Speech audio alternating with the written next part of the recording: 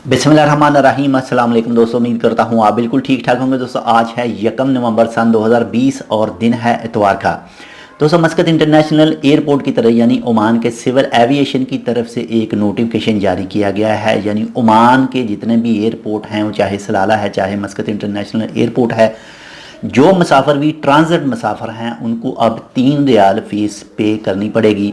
Transit मुसाफिर यानी अगर आप पाकिस्तान से सफ़र करते हैं कतर का या बहरीन का और आपकी फ़्लाइट है वाया से, यानी आपको पहले मस्कत जाना है या फिर सलाला एयरपोर्ट पर जाना है, तो उसके बाद में आपने फ़्लाई करना है अपनी डेस्टिनेशन के लिए, तो आपको 3 रियाल फ़ीस पे करनी पड़ेगी।